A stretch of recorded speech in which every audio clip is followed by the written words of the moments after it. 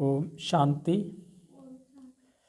31 दिसंबर 2022 के ईश्वरीय महावाक्य सुनते हैं। आज मीठी लाइन में बाबा कहते हैं, मीठे बच्चे, तुम्हें शिव जयंती का त्योहार बड़ी धूमधाम से मनाना है। ये तुम्हारे लिए बहुत बड़ी खुशी का दिन है। सबको बाप का परिचय देना है। फिर से रिपीट करके सुन ले इसे। तुम्हें शिव जयंती का त्योहार बड़ी धूमधाम से मनाना है। यह तुम्हारे लिए बहुत बड़ा खुशी का दिन है। सबको बाप का परिचय देना है। आज का प्रश्न है कि कौन से बच्चे अपना बहुत बड़ा नुकसान करते हैं और घाटा कब पड़ता है? तो उत्तर है, जो बच्चे चलते चलते पढ़ाई छोड़ देते हैं वे अपना बहुत बड़ा नुकसान करते हैं। बाबा रोज इतने हीरे रत्न देते हैं, गुहे पॉइंट्स सुनाते हैं। अगर कोई रेगुलर नहीं सुनते तो घाटा पड़ जाता है, नापास हो जाते हैं और स्वर्ग की बादशाही गवा देते हैं, पद भ्रष्ट हो जाता है। गीत राहत के राही थक मत जाना, सुबह की मंजिल दूर नहीं है। ओम शांति। यह रात और दिन मनुष्यों के लिए है, सिर्फ बाबा के लिए रात और दिन नहीं है। यह तुम बच्चों के लिए है, मनुष्यों के लिए है। ब्रह्मा की रात और ब्रह्मा का दिन गाया जाता है। शिव का दिन और शिव की रात ऐसे कभी नहीं कहा जाता है। सिर्फ एक ब्रह्मा भी नहीं कहा जाएगा, एक की रात नहीं होती है। गाया जाता है ब्राह्मणों की रात। तुम जानते हो, अभी है भक्ति मार्ग का अंत, साथ साथ घोर अंधेरे का भी अंत है। बाप कहते हैं, मैं आता ही तब हूँ जबकि ब्रह्मा की रात होती है। तुम अभी सवेरे के लिए चलने लग पड़े हो। जब तुम ब्रह्मा की संतान आकर बनते हो तब तुमको ब्राह्मण कहा जाता है। ब्राह्मणों की रात पूरी हो फिर देवताओं का दिन शुरू होता है। ब्राह्मण जाकर देवता बनेंगे। इस यज्ञ से बहुत बड़ी बदली होती है। पुरानी दुनिया बदलकर नई होती है। कलयुग है पुराना युग, सतयुग है नया युग। फिर त्रेता 25% पुराना, द्वापर 50% पुराना। युग का नाम ही बदल जाता है। कलयुग को सब पुरानी दुनिया कहेंगे। ईश्वर कहा जाता है बाप को, जो ईश्वर राज्य स्थापन करते हैं। बाप कहते हैं, मैं कल्प कल्प संगम युग में आता हूँ। टाइम तो लगता है ना, यूं तो 1 सेकंड की बात की, परंतु विकर्म विनाश होने में समय लगता है, क्योंकि आधा कल्प के पाप सिर पर हैं। बाप स्वर्ग रचता है तो तुम बच्चे भी स्वर्ग के मालिक तो बनोगे, परंतु सिर पर जो पापों का बोझा है उनको उतारने में टाइम लगता है। योग लगाना पड़ता है। अपने को आत्मा जरूर समझना है। आगे जब बाबा कहते थे तो जिस्मानी बाप याद आता था। अभी बाबा कहने से बुद्धि ऊपर चली जाती है। दुनिया में और किसी की बुद्धि में ये नहीं होगा कि हम आत्मा रूहानी बाप की संतान हैं। हमारा बाप, टीचर, गुरु तीनों ही रूहानी हैं। याद भी उनको करते हैं। ये है पुराना शरीर, इनको क्या श्रृंगार करना। परंतु अंदर में समझते हैं कि अभी हम बनवाह में हैं। ससुर घर नई दुनिया में जाने वाले हैं। पिछाड़ी में कुछ भी नहीं रहता। फिर हम जाकर विश्व के मालिक बनते हैं। इस समय सारी दुनिया जैसे वनवाह में है। इसमें रखा ही क्या है? कुछ भी नहीं। जब ससुर घर था तो हीरे जवाहरातों के महल थे, मालठाल थे। अभी फिर पियर घर से ससुर घर जाना है। अभी तुम किसके पास आए हो? कहेंगे बाप दादा के पास। बाप ने दादा में प्रवेश किया है। दादा तो है ही यहाँ का रहवासी, तो बाप दादा दोनों कंबाइंड हैं। परम पिता परमात्मा पतित पावन है।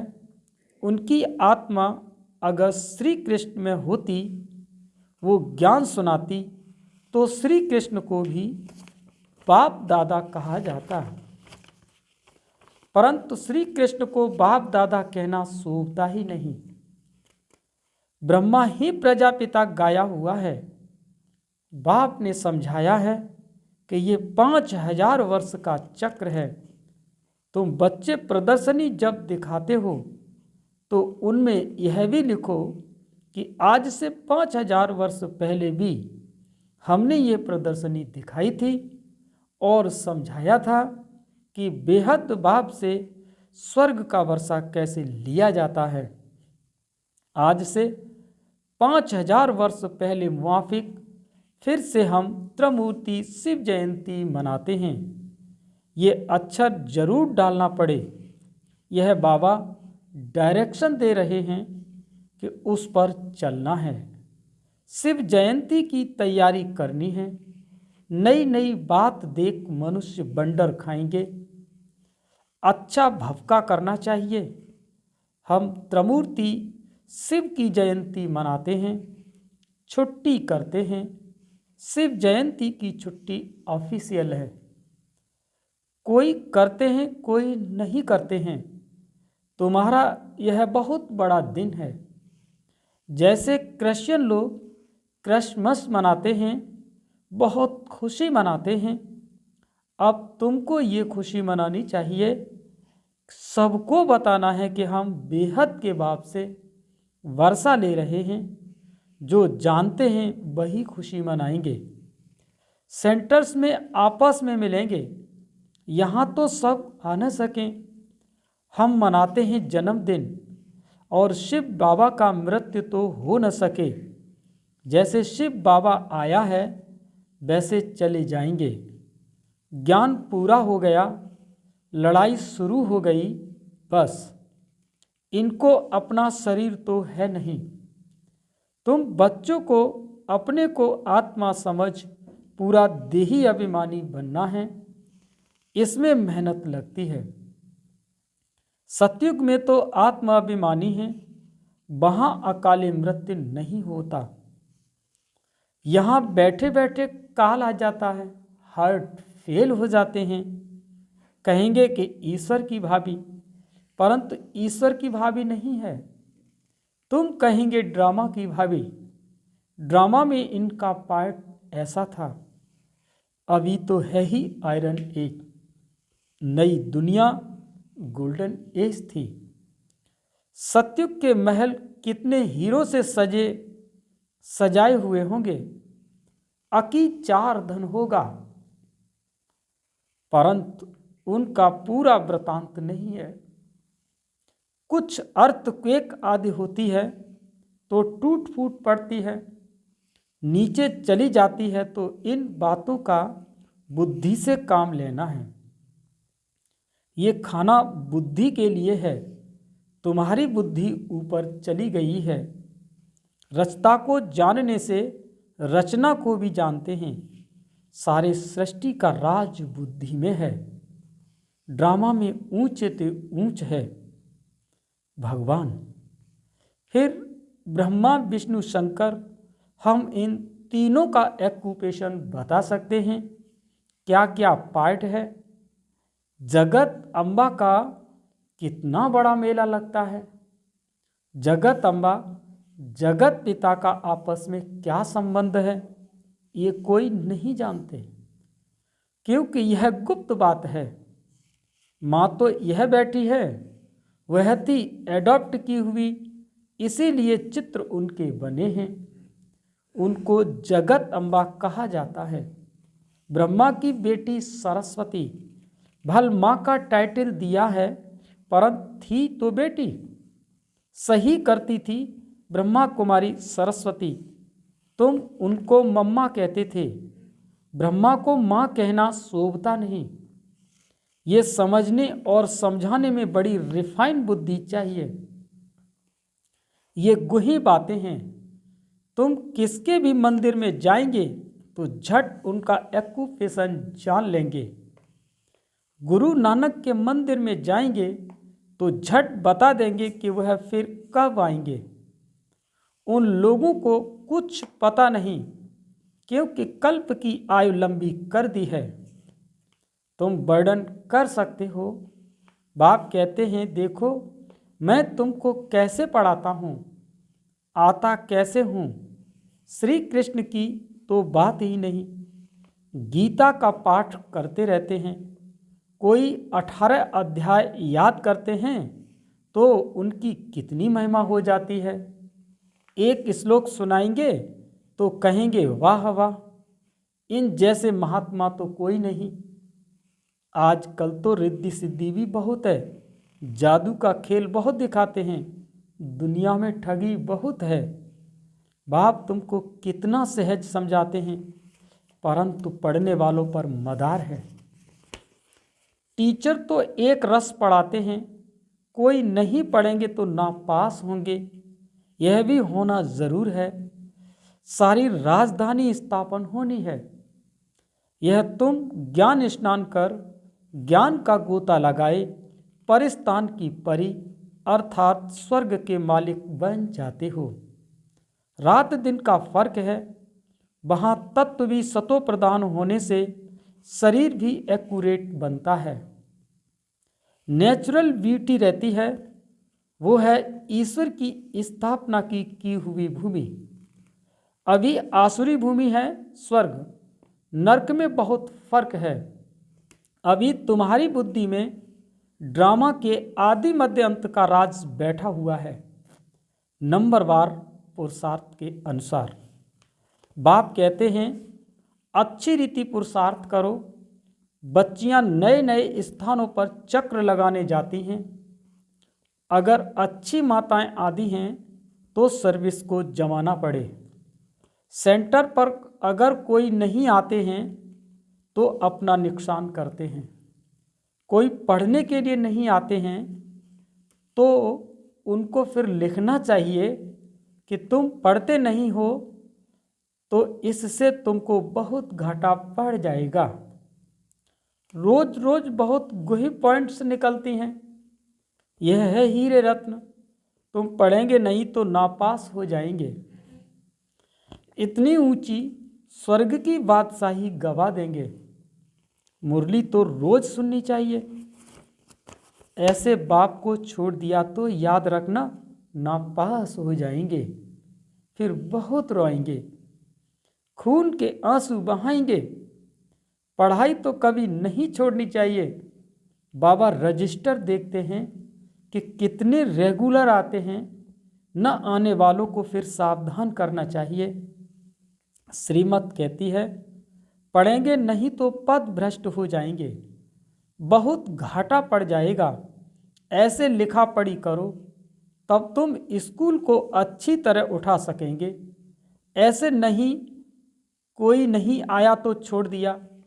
टीचर को होना रहता है कि हमारे स्टूडेंट जास्ती नहीं पास होंगे तो इज्जत जाएगी।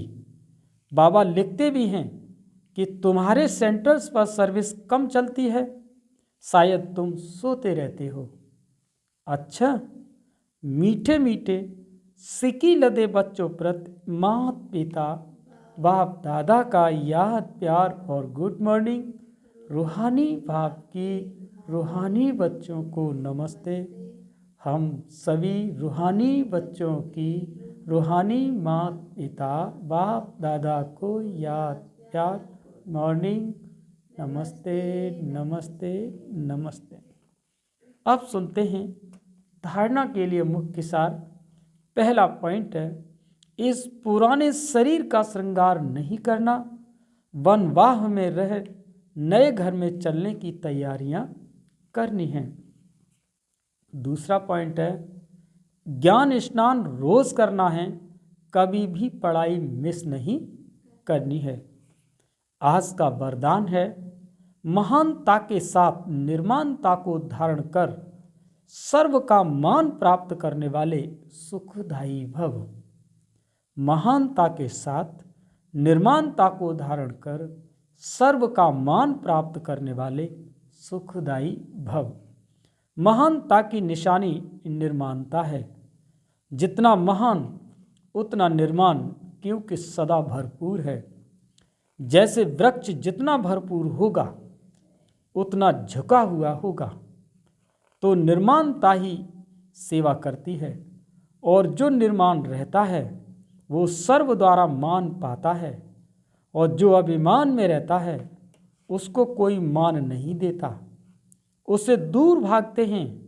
जो निर्माण है वे सुखदायी होंगे, उनसे सभी सुख की अनुभूति करेंगे, अभी सभी उनके समीप आना चाहेंगे।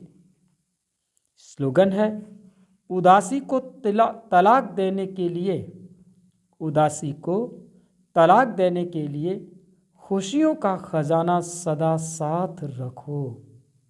अच्छा, ओम शांति। आप सुनते हैं मातेश्वरी जी के मधुर महावाक्य। गीत, नयनहीन को राह दिखाओ प्रभु।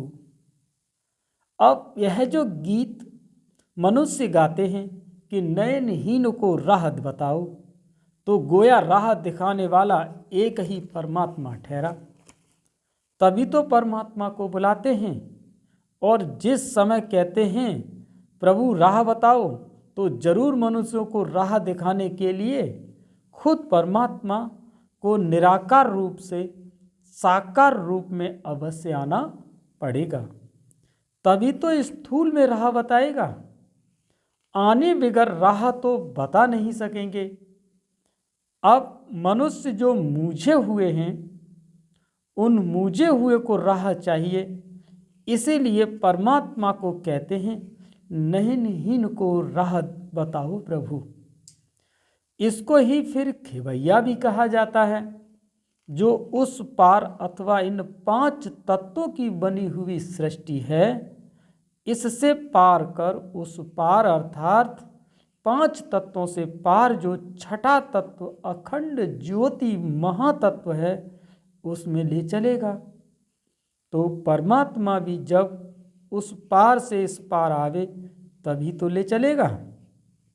तो परमात्मा को भी अपने धाम से आना पड़ता है, तभी तो परमात्मा को खेवैया कहते हैं। वही हम बोट को, आत्मरूपी नाव को पार ले जाता है। अब तो परमात्मा के साथ योग रखता है, उनको साथ ले जाएगा। अब जो परमात्मा के साथ योग रखता है उनको साथ ले जाएगा। बाकी जो बच जाएंगे वे धर्मराज की सजाएं खाकर बाद में मुक्त होते हैं। दूसरा पॉइंट है, कांटों की दुनिया से ले चलो फूलों की छाँव में। अब यह बुलावा सिर्फ परमात्मा के लिए कर रहे हैं। जब मनुष्य अति दुखी होते हैं तो परमात्मा को याद करते हैं।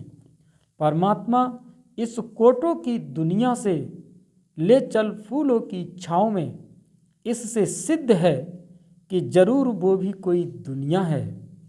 अब यह तो सभी मनुष्य जानते हैं कि अब का जो संसार है वो कांटों से भरा हुआ है, जिस कारण मनुष्य दुख और अशांति को प्राप्त कर रहे हैं। और याद फिर फूलों की दुनिया को करते हैं तो जरूर वो भी कोई दुनिया होगी, जिस दुनिया के संस्कार आत्मा में भरे हुए हैं। अब यह तो हम जानते हैं कि दुख, अशांति, यह सब कर्म बंधन का हिसाब किताब है। राजा से लेकर रंक तक हर एक मनुष्य मात्र इस हिसाब में पूरे जकड़े हुए हैं। इसीलिए परमात्मा तो खुद कहता है कि अब का संसार कलयुग है, तो वो सारा कर्म बंधन बना हुआ है और आगे का संसार सतयुग था, जिसको फूलों की दुनिया कहते हैं। अब वो है कर्म बंधन से रहित जीवन मुक्त देवी देवताओं का राज्य, जो अब नहीं है। अब यह जो हम जीवन मुक्त कहते हैं, तो इसका मतलब ये नहीं कि हम कोई देह से मुक्त थे। उन्हों को कोई देह का भान नहीं था, मगर वो देह में होते हुए भी दुख को प्राप्त नहीं करते थे। गोया वहाँ कोई भी कर्म बंधन का मामला नहीं है। वो जीवन लेते, जीवन छोड़ते, आदि मध्य अंत सुख को प्राप्त करते थे। तो जीवन मुक्ति का मतलब है जीवन होते कर्मातीत। अब यह सारी दुनिया 5 विकारों रूपी जकड़ी हुई है, पूरे 5 विकारों में जकड़ी हुई है, मानो 5 विकारों का पूरा पूरा वास है। परंतु मनुष्य में इतनी ताकत नहीं जो इन 5 भूतों को जीत सके। तभी परमात्मा खुद आकर हमें 5 भूतों से छुड़ाते हैं और भविष्य प्रारब्ध देवी देवता पद प्राप्त कराते हैं। अच्छा, ओम शांति।